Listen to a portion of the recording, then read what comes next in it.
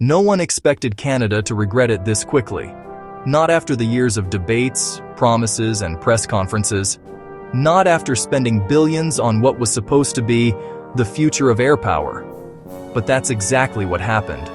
Because when the dust settled and the reality of modern warfare hit hard, Canada learned the hard way why Sweden's Gripen was the real game changer. For years, Canada dreamed of a new fighter fleet, one that could defend its massive Arctic skies, stand shoulder to shoulder with NATO, and last for decades. The US offered its crown jewel, the F-35 Lightning II, the stealth, the hype, the politics. And Canada said yes. But across the ocean, in the quiet hangars of Sweden, something entirely different was being built. Not a futuristic fighter that needed perfect conditions to shine, but a warplane designed to thrive in chaos. The Saab Gripen, small, sharp, and smarter than anyone dared to believe. To understand why this moment matters, you have to look at the world Canada lives in. A vast, frozen north, thousands of kilometers of empty sky. If war ever reached that space, there'd be no fancy air bases, no deep maintenance depots, no second chances. Whoever could take off fast, adapt faster, and survive without support wins. The US built the F-35 to fight in coordinated networks, surrounded by American carriers, satellites, and data hubs. Sweden built the Gripen to fight alone, from a road, in a snowstorm, after the first missiles had already fallen. When Ottawa began its fighter competition, the Gripen E was the dark horse. Experts called it too small, too simple, too unproven. But what they forgot was this.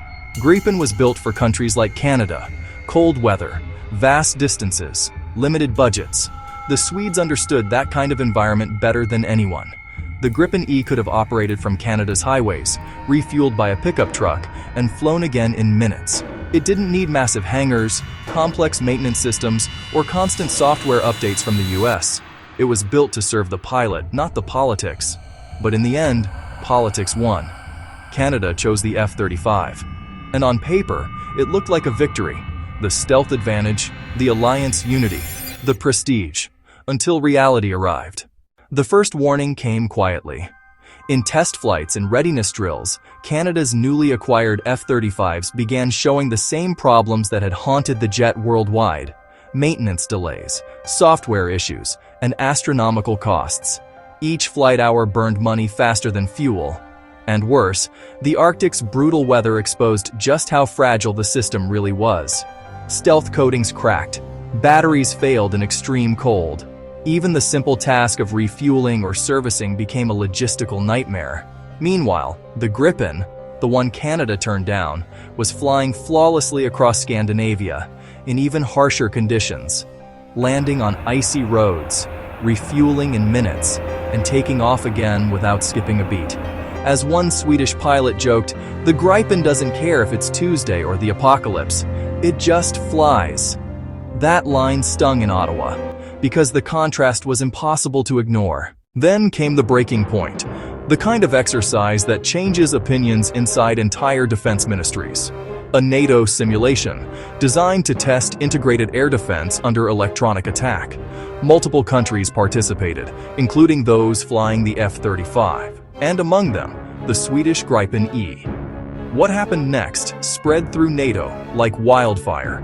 In the simulated conflict, the Gripen's electronic warfare suite didn't just survive, it dominated. Its advanced sensors and jammers confused enemy radars, deceived missiles, and made stealth jets visible on screens they weren't supposed to appear on. It wasn't brute force, it was finesse. While others relied on invisibility, the Gripen relied on intelligence, on controlling the fight through data, speed, and adaptability. When reports reached Canadian defense circles, the reaction was uneasy silence. Because the Gripen had just exposed what no one wanted to admit. The F-35 might be powerful, but it's not always practical. Let's be clear, the F-35 is an incredible machine, but it's also a diva. It demands perfect conditions, constant maintenance, and endless money. The Gripen, on the other hand, is the soldier who just rolls up his sleeves and gets it done. It's cheaper, easier to maintain, and designed for the exact kind of environment Canada actually has. Unpredictable, rugged, and unforgiving. Ironically, while Canada pays billions for F-35 upgrades and maintenance contracts, Sweden's Gripen fleet is maintained largely domestically, fast, efficient, and under national control. No foreign approval needed. No American switch that can turn off your aircraft's brain if Washington disagrees with your politics. That independence is something every nation wants, but few can afford, and Sweden gave it to themselves for a fraction of the cost. So when the latest Arctic exercise revealed Canada's F-35 fleet struggling with readiness, grounded by weather, waiting for parts, the comparisons became impossible to avoid. Military observers from Europe and South America, countries once considering Gripen, began whispering, maybe Canada chose wrong. Brazil, which operates the Gripen E, proudly showed off how its jets could deploy faster, refuel quicker, and integrate seamlessly with local systems, without relying on American permission. Even Finland, another cold-weather powerhouse, looked twice at how Gripen handled the North. And all the while, Canada's Defense Department faced growing pressure. Every month, more stories surfaced about delays, cost overruns, and software issues with the F-35 program. Billions spent, and yet the nation's air readiness barely improved. That's when one defense analyst summed it up perfectly. Canada bought a Ferrari to fight in a snowstorm. The irony is painful. Gripen wasn't just the cheaper jet. It was the smarter one for Canada's needs. Designed for the same weather, the same conditions, and the same kind of missions. If the goal was true readiness, the ability to defend every inch of Canadian airspace, anytime, anywhere, Gripen would have delivered that with precision. But the F-35 offered something else. Prestige. The chance to fly the same jet as America, to look powerful on paper, even if that power came at the cost of practicality. And now, as defense budgets tighten and public scrutiny grows, Canada is realizing that the most advanced jet in the world means nothing if it can't take off when you need it. Meanwhile, Sweden continues to prove its point. Gripen squadrons train daily in brutal winter conditions, using roads and improvised bases that mimic exactly what a real conflict would look like. They're building new partnerships, testing new software, and upgrading faster than NATO's bureaucracy can react. Every test, every exercise, every flight reinforces one truth. Gripen was never about size. It was about strategy. Because in the real world, wars aren't won by the flashiest jet. They're won by the one that's ready when it matters. Today, even inside NATO circles, quiet conversations are happening. Countries once blinded by the F-35's prestige are asking harder questions. Why does a Swedish jet, built on 1/10 the budget, outperform in real-world conditions? Why are nations like Brazil, the Czech Republic, and Hungary so satisfied with Gripen's reliability? And most importantly, what happens when Canada's fleet of F-35s needs upgrades it can't afford? Or when US policy limits how and where they can be used? Those aren't theoretical questions anymore.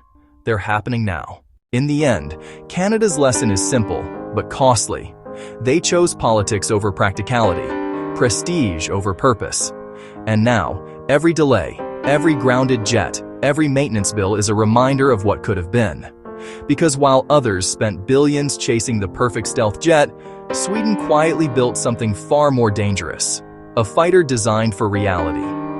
And as Canada is learning the hard way, reality doesn't care how shiny your jet is.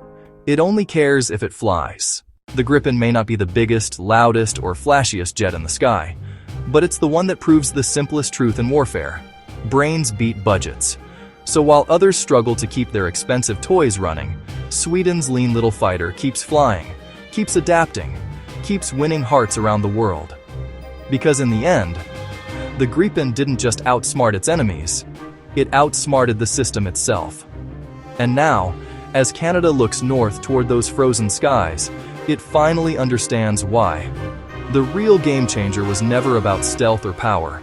It was about survival.